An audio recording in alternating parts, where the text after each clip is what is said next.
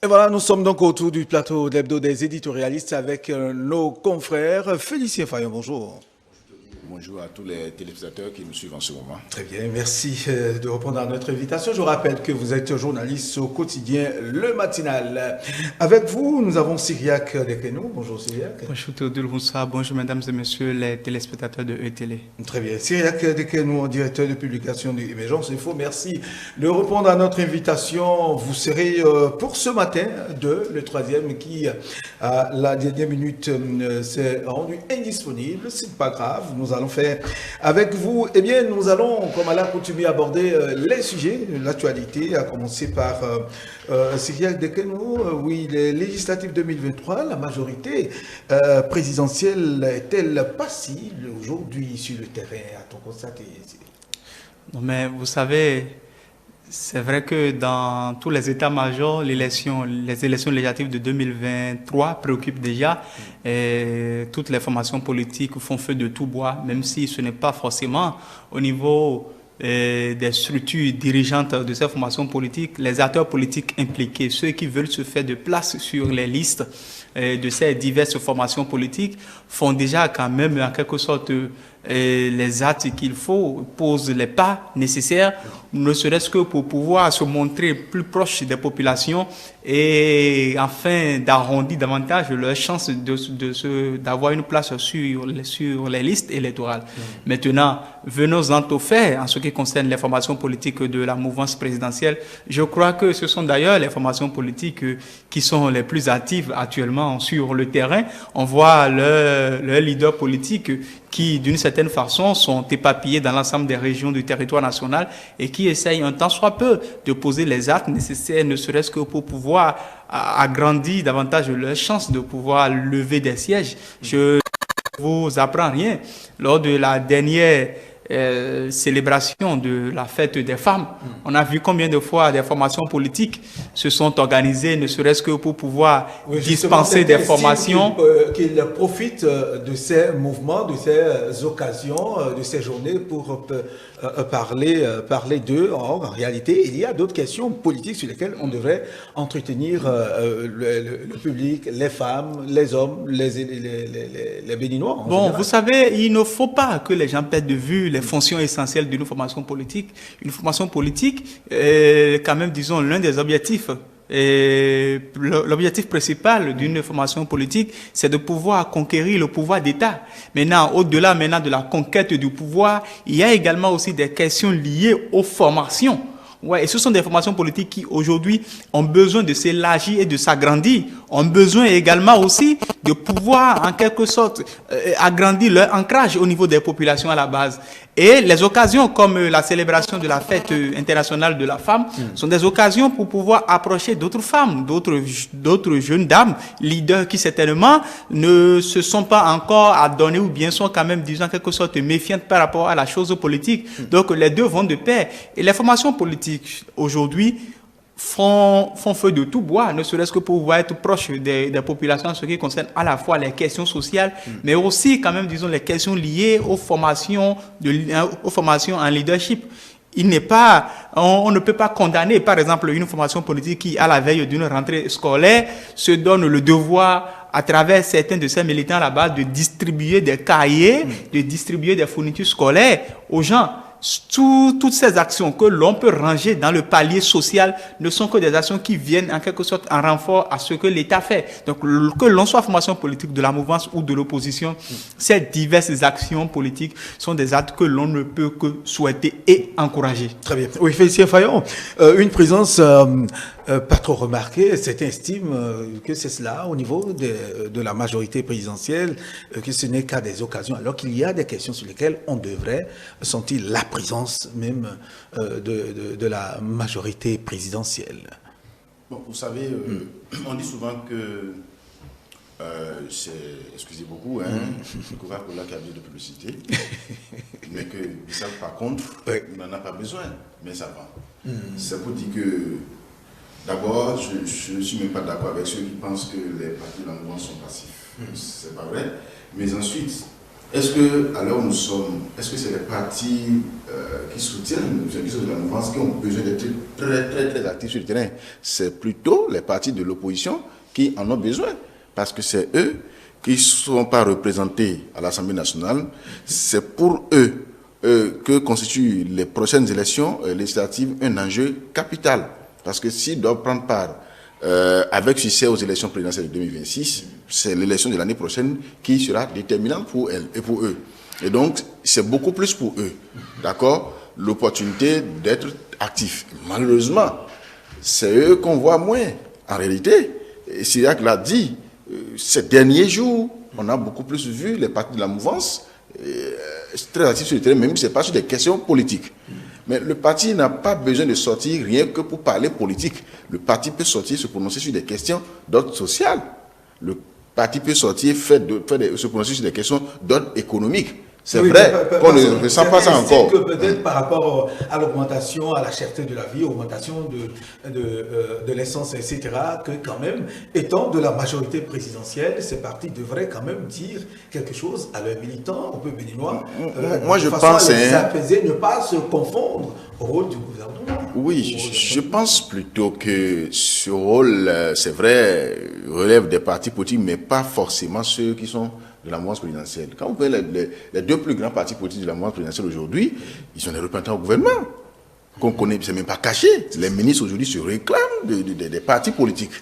Alors vous voulez que ce soit ces partis politiques qui condamnent l'action du gouvernement, ou bien qui dénoncent quoi, ou bien qui disent que c'est cher, que le gouvernement ne fait rien, que le gouvernement n'a qu'à agir, alors qu'ils ont leurs ministres qui sont au gouvernement, c'est eux qui constituent le gouvernement. Je pense que ce n'est plutôt pas eux. C'est pas à eux, c'est plutôt au parti de l'opposition. On a un chef de file. Il leur revient de sortir, de faire le constat, de demander au gouvernement d'agir, d'obliger le gouvernement à sortir, à s'expliquer. C'est beaucoup plus ça. Et peut-être que si ils interpellent trop le gouvernement, ils reviendront au parti de la mouvance, dont les représentants sont au gouvernement, de sortir pour dire, mais c'est d'attaquer tout le gouvernement. Ou le gouvernement fait, si, oui, ils peuvent prendre la défense du gouvernement parce qu'ils sont au pouvoir. Ça, c'est plutôt possible. Mais s'ils ne sont pas attaqués, si personne ne les provoque, ben ils sont obligés de croiser les bras et de regarder faire. Maintenant, ils vont sortir pour apaiser les populations. Pourquoi? Quand ils vont sortir pour apaiser les populations, c'est comme si, oui, ils constatent avec tout le monde, d'accord, que ce qui se passe est du fait de la faute de quelqu'un. Alors que le gouvernement est sorti déjà pour expliquer les raisons de tout ce que nous constatons sur le terrain aujourd'hui comme cherté, des produits de première nécessité, les matériaux de construction. Le gouvernement est sorti pour expliquer ce qui se passe et rassurer des mesures qui sont en train d'être prises pour calmer les populations. Et donc, je pense que dire que les partis de la mouvance sont passifs, je pense que ce ne serait pas trop juste. Mais moi, personnellement, en tant que journaliste, je pense plutôt que ce sont les partis de l'opposition qui sont passifs. Très bien. Et c'est bien. Non, en fait, je partage entièrement l'opinion de Félicien Farion, parce que vous savez, en réalité, ce qui pose véritablement problème actuellement au Bénin, notamment dans l'arène, dans le landonneau politique béninois, c'est le fait que aujourd'hui, nous avons une opposition qui, il faut l'avouer, n'a rien à voir avec les partis d'opposition que l'on a eu avant l'avènement au pouvoir du président Patrice Talon. Ouais, parce que en fait, aujourd'hui, la réalité est telle que ces partis politiques d'opposition ayant subi des chocs exogènes, ont aujourd'hui du mal à se faire véritablement, disons, une place, ne serait-ce que pour pouvoir critiquer certaines actions du gouvernement. Et tout ça additionné, ce sont des facteurs qui, en réalité, les fragilisent et constituent aujourd'hui des éléments qui font que ces partis, d'une certaine façon, ne se sentent plus forcément trop concernés par la chose politique, bien que c'est de leur responsabilité beaucoup plus de pouvoir titiller le gouvernement sur ce genre de questions. Secondo, il faut aussi les comprendre, et c'est là où j'en viens pour trouver des situations atténuantes à ces leaders politiques de l'opposition. En fait, les points d'ancrage pour pouvoir quand même, disons, amener peut-être le gouvernement à fléchir sur certaines questions essentielles, c'est le fait d'avoir des représentants au niveau de l'Assemblée nationale, c'est le fait d'avoir peut-être que des représentants au niveau au niveau de grandes communes du Bénin.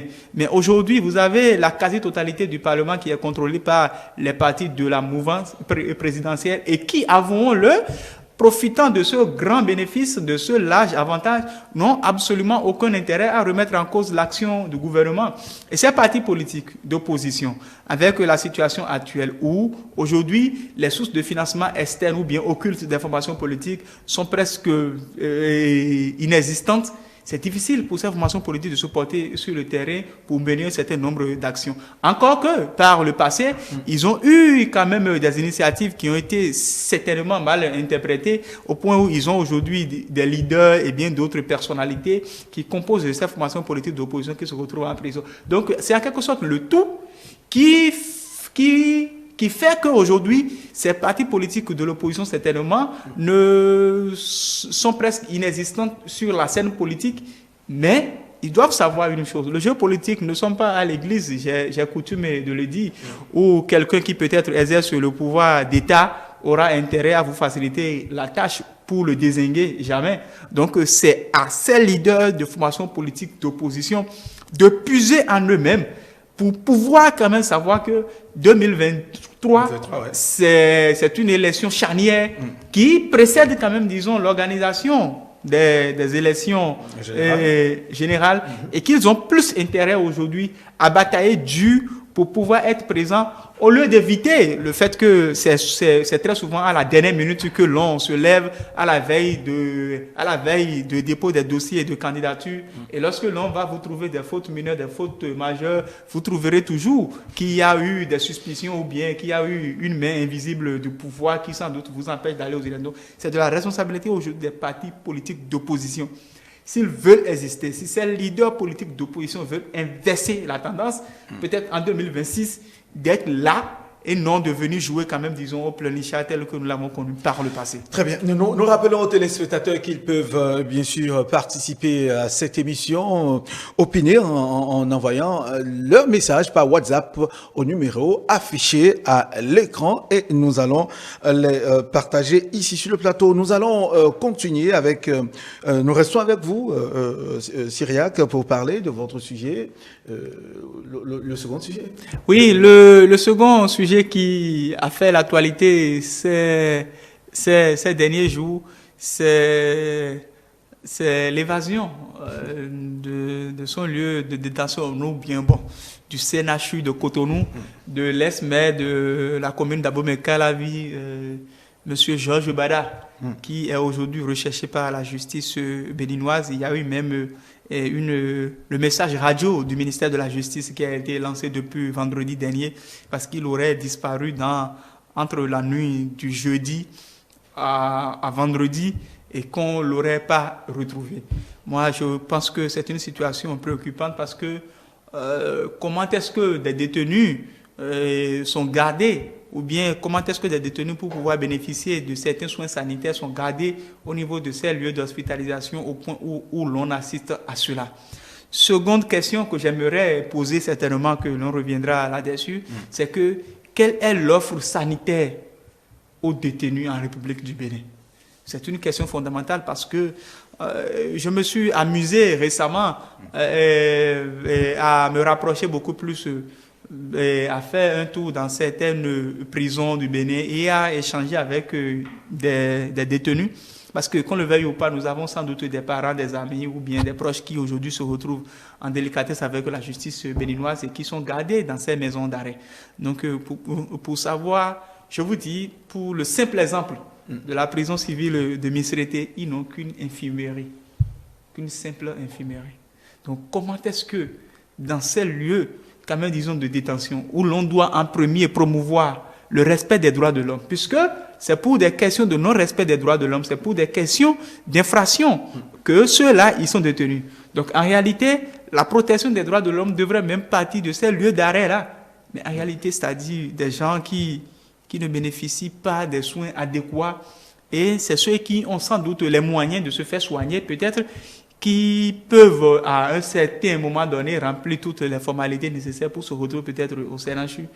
Aujourd'hui, est-ce que le cas Bada ne va pas amener peut-être l'État à durcir les mesures d'accès aux soins, c'est-à-dire à l'extérieur des maisons d'arrêt, où il faille maintenant, avec ce cas-là qui s'est produit, repenser à l'offre sanitaire aux détenus en République du Bénin. Donc c'est cette question-là essentielle qui m'a poussé à mettre ce sujet-là sur le tapis pour qu'on en discute. Très bien. Félicien Fayon, voilà, vous avez écouté Cyriac, votre avis sur la question, c'est quand même pertinent. Moi particulièrement, cette situation me pose, je crois, ça soulève 2, 3 ou 4 inquiétudes à mon niveau.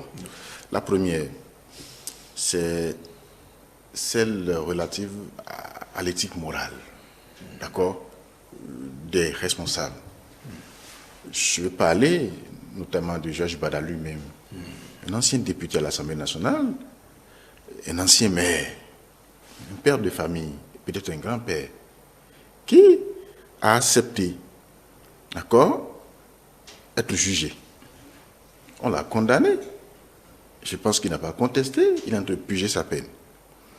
Qu'est-ce qui peut l'amener à mentir, si cela est vrai, ce que nous apprenons, sur son état de santé, jusqu'à s'évader de la prison? Parce qu'en fait, le condamné, ce n'est pas un problème, mais le fait qu'il se soit évadé aujourd'hui, ce nom-là qu'on colle à lui aujourd'hui, c'est même pire que la condamnation.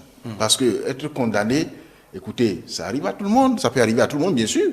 Si tu commets une erreur, c'est prévu que tu sois condamné. Ça arrive aux noirs, ça arrive aux blancs, ça arrive à tout le monde. Ça, c'est clair. Mais s'évader, on ne peut pas dire que ça peut arriver à tout le monde. C'est pour des gens qui se reprochent des choses, ou bien c'est pour des gens, c'est tellement quelque chose leur manque. En fait, selon moi, qu'est-ce qui a pu lui arriver? On ne va pas le juger ici. Mais qu'est-ce qui a pu lui arriver de si dur, de si difficile, pour qu'il pense que la meilleure solution, c'est de s'évader de la prison? Ça, c'est le problème d'éthique morale que ça pose à mon niveau. Le second problème, c'est celui lié à la sécurité des détenus eux-mêmes. Si le détenu a pu s'évader aussi facilement, je dis bien aussi facilement, je le dis parce que c'est au CNHU, où les entrées et les sorties sont quand même filtrées. Vous ne pouvez pas entrer au CNHU n'importe comment et autre, parce que même la sortie piéton, il y a quand même des gens là qui vous contrôlent quand vous rentrez, même quand vous voulez sortir. Et Georges Bada n'est pas un inconnu. Même s'il met un masque et qu'il veut sortir, enfin, je ne sais pas. À l'heure à laquelle on parle là, donc personne ne l'a reconnu. Et puis, franchement, je n'ai pas compris. Ça, maintenant, à supposer même que les gens ont pu peut-être les filtrer, ils ont mis dans un véhicule, mais la sortie des véhicules au CNHU, c'est soumis à des contrôles. Moi, même lundi, moi j'étais au CNHU.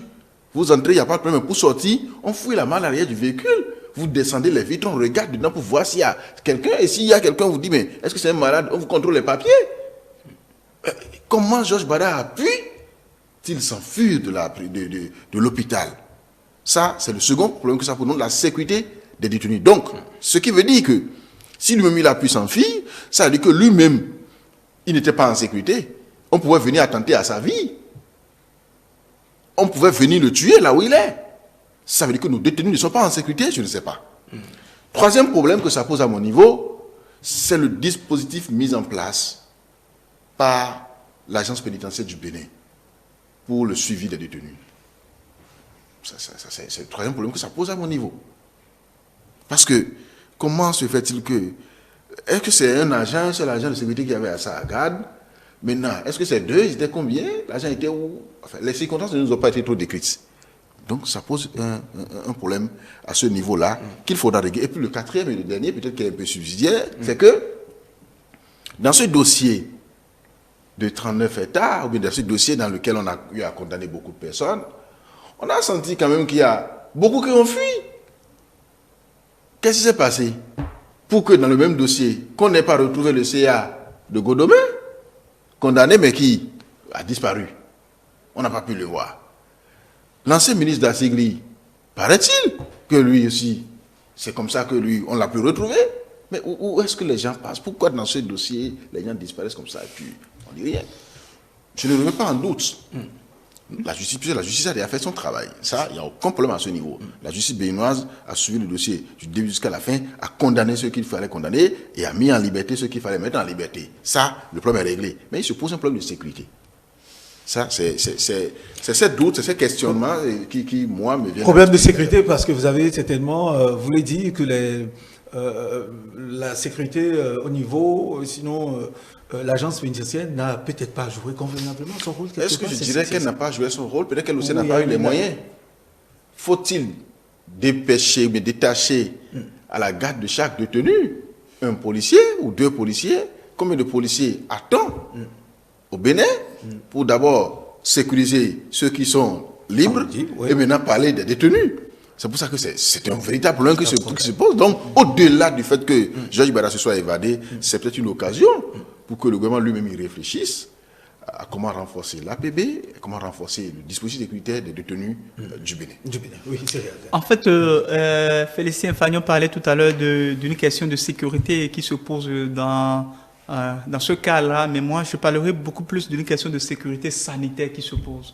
Vous savez, la disparition de Georges Bada coïncide de façon fortuite avec le décès de l'ex-SG de la mairie d'Abomey-Calavi, M. Kinsi Kolono, qui serait décédé d'une crise aussi. Dans la même nuit. Oui, qui serait décédé d'une crise dans la même nuit. Au CNHU. À part ça, on a aussi appris que Georges Bada aurait, parce que, et c'est surtout sur ce point-là que l'agence pénitentiaire du Bénin devrait en principe se prononcer beaucoup plus tôt. Parce que le fait de laisser de flou autour de ce dossier, ça alimente beaucoup plus les suspicions. Il y aurait des enquêtes qui seront non, en fait, en réalité, c'est-à-dire dans un dossier aussi délicat, où quelqu'un qui, au regard de son statut, disparaît comme ça, au moins l'agence pénitentiaire devrait donner au moins les toutes premières informations liées à comment est-ce qu'il a été gardé, puisque Georges Bada serait au CNHU depuis près de 2 mois. Vous voyez? Et du moment où on n'a pas eu d'informations officielles, les rumeurs qui circulent font état de ce qu'il aurait voulu être évacué à l'extérieur pour se faire soigner d'un mal depuis plusieurs mois. Et puis, j'ai encore en mémoire ces divers journaux qui avaient écrit sur l'état de santé dégradant de Georges Bada. Mais comment se fait-il qu'il ne s'est pas fait évacuer et qu'il soit au CNHU depuis près de 2 mois? Point d'interrogation. Seconde interrogation.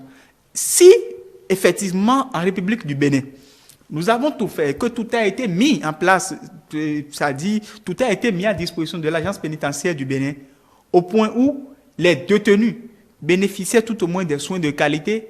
Est-ce que Georges Bada aurait même, ça dit, on l'aurait même fait, on l'aurait même admis au CNHU? Je ne crois pas. Parce qu'ailleurs, dans d'autres pays, où l'on ne voudrait pas assister à des cas où des détenus sont mélangés à des civils dans des lieux d'hospitalisation, il y a quand même, disons, tous les moyens qui sont mis en place. Ou bien même, ce sont des détenus qui sont soignés dans des centres dédiés. Ou même, par exemple, le camp Guézo, qui est là, un espace peut-être aménagé spécialement pour que des détenus y soient soignés. Donc, je voudrais que nous évitons quand même, disons, peut-être l'euphorie liée à cette disparition de Georges Bada pourrait amener l'État à ne pas se poser les vraies questions. Parce que qu'un détenu s'évade d'une prison, ça c'est autre fait.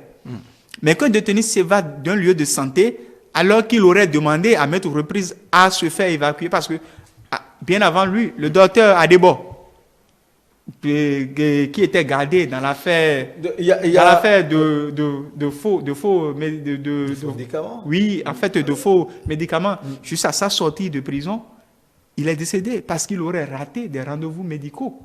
Et à part lui, il y a beaucoup d'autres qui décèdent comme ça. Autant d'interrogations. En fait, autant d'interrogations qui devraient, en principe, au lieu que l'on focalise toute l'attention peut-être sur des questions liées, parce que quelqu'un nous a fait lire sur des réseaux sociaux des déclarations.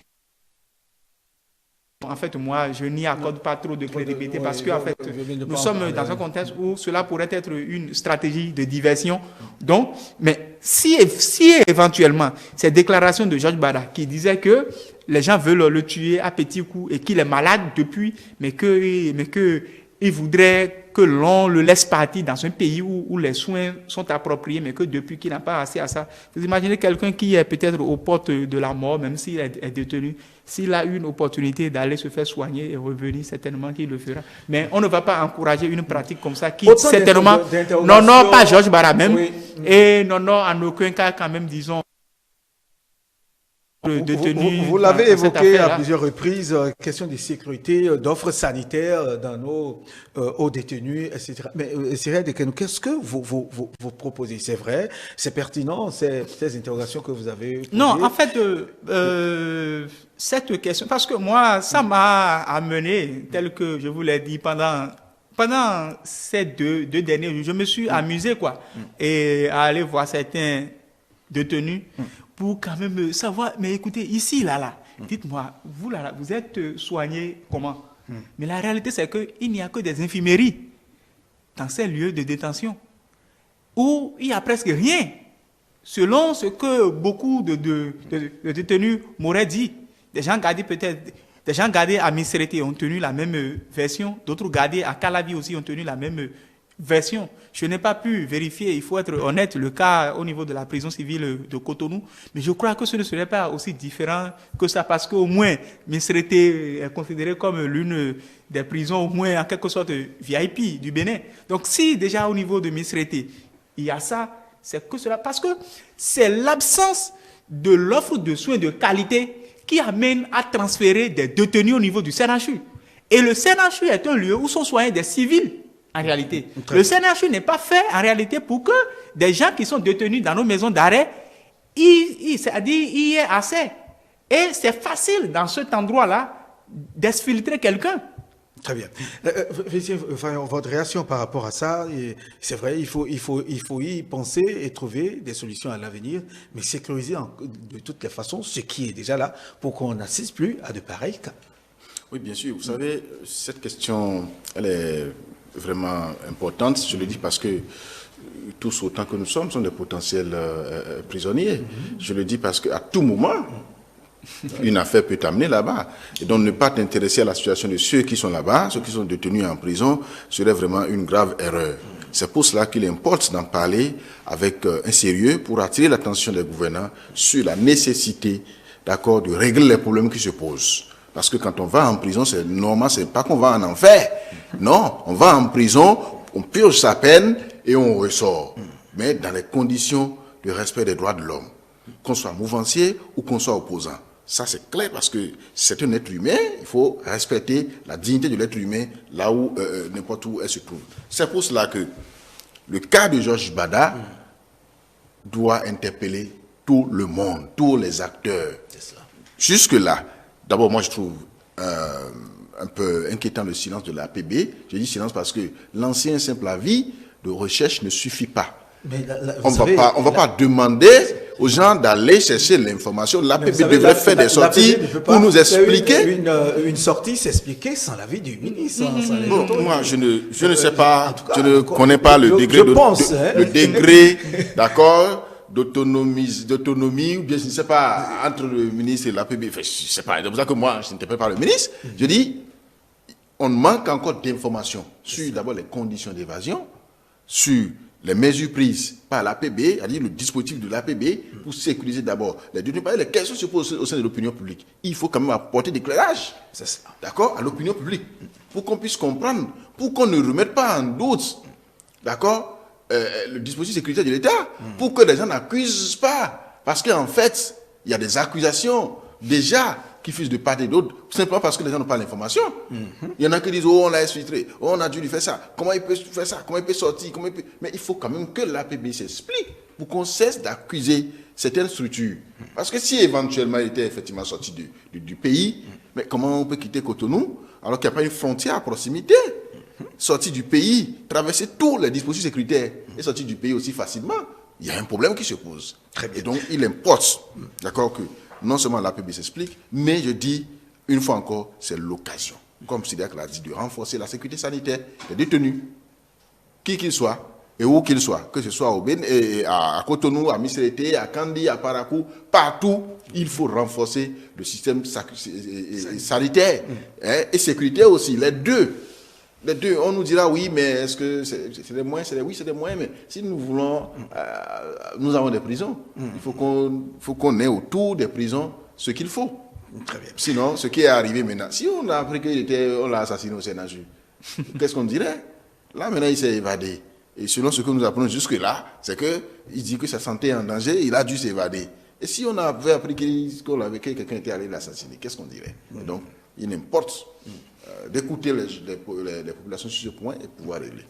Très bien. Nous allons partager avec vous le message de Monsieur Cyril Rontondi qui dit: bonjour le plateau. Moi, je me demande comment un détenu peut s'évader, comment un détenu peut s'évader et même quitter le pays, si c'est vrai, pour se rendre en France, paraît-il. Comment a-t-il obtenu le visa? Comment a-t-il pu avoir son passeport et traverser les frontières? Autant d'interrogations. Et là, c'est le message de Cyril Rontondi. Et puis un autre message d'un téléspectateur qui n'a pas décliné son identité. Comment un détenu a-t-il pu, même si c'est à l'hôpital, le CNHU, pourtant réputé en ce qui concerne le contrôle de tout mouvement, fuir sans être aperçu? Et là, il ajoute son nom, c'est Pierrot Akodjenou, et il se pose là un véritable problème de surveillance auquel il faut remédier.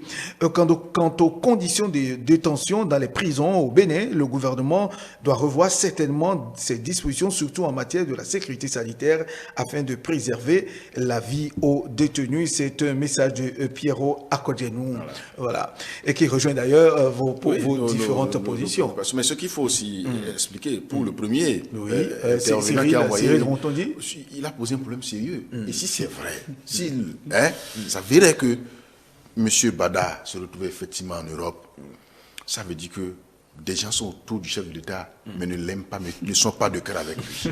Je vous le dis.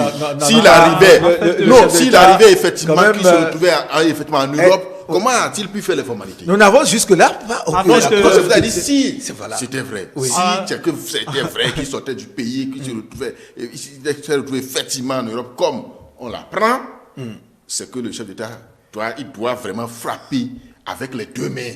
En fait, parce qu'il faut qu'on recherche tous ceux qui sont complices et qu'on les frappe sérieusement, parce que ce serait de la trahison pure. Comment quelqu'un, chef d'État qui travaille en toute honnêteté, qui essaye de faire en sorte qu'on restaure certaines valeurs dans notre pays, mais vous l'entourez, et pourtant, vous faites encore de ces jeux. En tout cas, si cela se confirmait, jusque-là, oui. Si cela se confirmait, je pense que nous allons les exhorter à frapper avec cette deux mains. Vous savez, en réalité, le dossier de Bada est un dossier qui, lorsque tout journaliste, en 30 secondes pour qu'on puisse évoluer, aborder doit se poser les vraies questions par rapport au cas de Georges Bada, parce que au-delà de la sécurité sanitaire, de la sécurité même en elle-même, dont on parlait tout à l'heure, il y a des questions essentielles.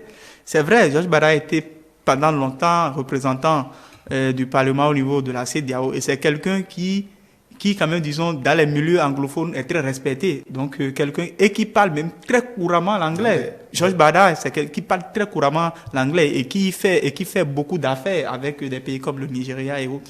Donc, s'il se retrouve aujourd'hui en Europe, c'est évident qu'aucune demande d'extradition du Bénin vers les pays de l'espace Schengen ne sera acceptée. Pourquoi? Parce que, en réalité, ce sont des pays qui, pour la plupart, privilégient d'abord la protection du droit de l'homme et autres. Et pour quelqu'un qui parle déjà de problèmes sanitaires et des conditions de détention, ce serait difficile qu'il soit envoyé. Ce qui est sûr, on connaît comment est-ce que ça se passe. Et jamais quelqu'un qui n'a pas été accusé de crimes de guerre, de crimes contre l'humanité, ou bien des trafics de drogue et autres, de façon truc là, il soit difficile qu'il soit. Seconde chose qui pourrait faire qu'il ne soit pas extradé, c'est le fait que on sait que les pays de l'espace Schengen additionnés aux États-Unis n'ont pas un regard aussi tendre sur la criette. Donc, quelqu'un qui est condamné par la criette, a priori, ces pays ne voudront pas le renvoyer quand même, disons, dans son pays si éventuellement il demandait à être protégé, tout ça. Donc, ce sont des questions essentielles. Telles que Fayon l'a dit, comment est-ce qu'il a pu obtenir son passeport?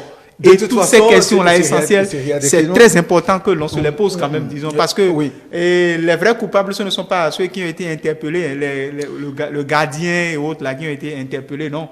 Mais certainement, ils se retrouvent ailleurs. Nous n'en sommes pas encore là. Nous, de toute façon, nous allons laisser les autorités faire leur travail, mener les recherches pour que l'affaire, cette affaire d'évasion soit mise au clair. Nous allons à présent revenir au sein de la population une fois encore pour parler de la polémique autour de la baguette du pain Félicien. Est-ce que ce matin, certainement que vous avez pris la baguette à 125 francs au moins, ou non? Toujours à 150 francs. Je n'ai pas pris du pain ce matin. Ah, d'accord. Donc, je ne sais pas. Il paraît que depuis hier, la décision a été prise de ramener le prix à 125 francs. Je n'en ai pas encore acheté pour en avoir l'assurance. Toujours est-il que nous avons senti que dans le pays et de façon générale, il y a de la spéculation qui se fait. Moi, je suis de ceux qui sont contre cela. Je suis de ceux qui accusent également les services qui sont censés faire la régulation des prix, de contrôler la régulation des prix. Je fais partie de ceux qui accusent la passivité de ces services-là. Parce que c'est vrai, la vie est chère, c'est vrai, tout est cher, c'est vrai, on peut établir des liens entre la cherté de certains produits par rapport à d'autres, mais je crois qu'il y a un peu d'exagération autour de ça. Les boulangers se sont réunis, ont évoqué une disposition vieille pour dire que c'est au regard de tout cela qu'ils ont augmenté le prix, mais ils ne se sont pas entendus entre eux. C'est pour ça que nous, on a évoqué la division qu'il y a eu entre eux. Et c'est seulement 4 départements sur 12. Ils ne sont même pas majoritaires, qui ont décidé d'augmenter le prix de pain, alors même que la population n'avait pas encore le pouvoir. Et je suis sûr que les services de contrôle aussi n'arrivent pas à le faire, de contrôler d'abord le grammage du pain qui nous est vendu. On ne sait même pas, ça pèse vraiment le grammage et conseillé, on ne sait même pas. Et vous nous vendez ça comme ça, on accepte. Maintenant, vous voulez augmenter encore 25 francs. Moi, je pense que ce n'est pas normal. Et tout cela viendra s'ajouter à la cherté de la vie de façon générale. Je pense que c'est de l'exagération. Les gens ont voulu profiter d'une situation pour peut-être dire, bon, nous aussi, on passe de 125 à 150 francs. Ouais, parce qu'il y a tel problème. Alors que ils oublient de nous dire que les grandes entreprises bénéficient de certaines faveurs du gouvernement. Ah, il faut le dire. C'est la personne a dit qu'il y a eu des taxes partout, tout ça là, que les gens vont nous mentir. Il y a des entreprises qui bénéficient d'une certaine faveur du gouvernement, même des faveurs fiscales. Il faut être honnête en le disant. Aujourd'hui, pour vous, si vous êtes une entreprise et vous voulez vous raccorder à la SBE, à la SOMI, il y a des faveurs. Alors que si vous êtes un individu, vous êtes un particulier, vous n'avez pas de faveur.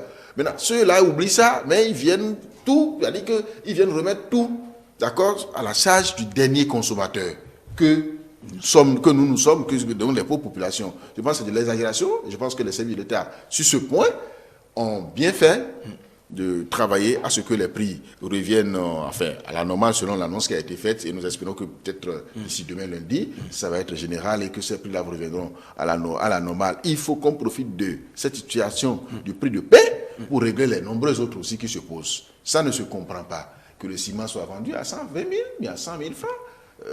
Par endroit, ça ne se comprend pas. C'est-à-dire qu'il y a un problème qui se pose. Donc, il faudrait quand même que les services de l'État puissent descendre, faire le constat, dénoncer et sanctionner, pourquoi pas. Et sanctionner. Si quelqu'un n'est plus en mesure de faire le commerce, que la personne cesse. Même de l'œuf. Aujourd'hui, l'œuf est localement produit parce que c'est qu'il y a une disposition qui interdisait l'importation des œufs au Bénin. Ça, la disposition est encore en vigueur. Ce qui suppose que les œufs que nous consommons sont produits au Bénin. Ça, là encore, on augmente le prix. Sous la guerre nucléaire, ça qui entraîne tout ça là, moi je ne sais pas. Ou bien pour l'œuf là, il y a aussi le carburant qui entre en jeu, il y a le gaz, donc il y a un peu d'exagération. Oui, c'est vrai que nous, l'association des promoteurs de boulangerie et pâtisserie ont évoqué cet aspect de la chose, l'augmentation du prix des intrants, la farine de blé par exemple, qui en 2008 était entre 8 000 et 9 000, est aujourd'hui à 23 000 et bien au-delà, sans compter les autres intrants, voilà, ce qui justifie selon eux cette augmentation. Je crois que lorsque vous êtes dans une économie essentiellement informelle, c'est comme ça que l'on assiste quand même quelquefois à une montée vertigineuse des prix de certains produits de première nécessité. Que l'on le veuille ou pas, le pain aujourd'hui rentre quand même, disons, dans la catégorie des denrées essentielles, de grande consommation pour le Béninois. Mais il faut aussi reconnaître que le prix du kilowattheure, il y a de cela 10 ans, ce n'est pas le même prix aujourd'hui. Et qu'aujourd'hui, le prix en ce qui concerne l'importation du blé, aujourd'hui, les sacs de blé n'est pas forcément le même aujourd'hui. Donc, je trouve aussi essentiel que l'on puisse quand même, disons, clarifier de part et d'autre les diverses positions. Quelles ont été les faveurs que le gouvernement a pu apporter ou bien accorder à ceux qui aujourd'hui s'investissent dans ce secteur-là de la production, de la fabrication du pain. Il y a des questions essentielles que l'on doit se poser parce que le vendeur de pain qui, il y a de cela 15 ans en arrière, réalisait certains chiffres d'affaires ne peut en aucun cas dire qu'aujourd'hui qu'il réalise le même nombre de chiffres d'affaires.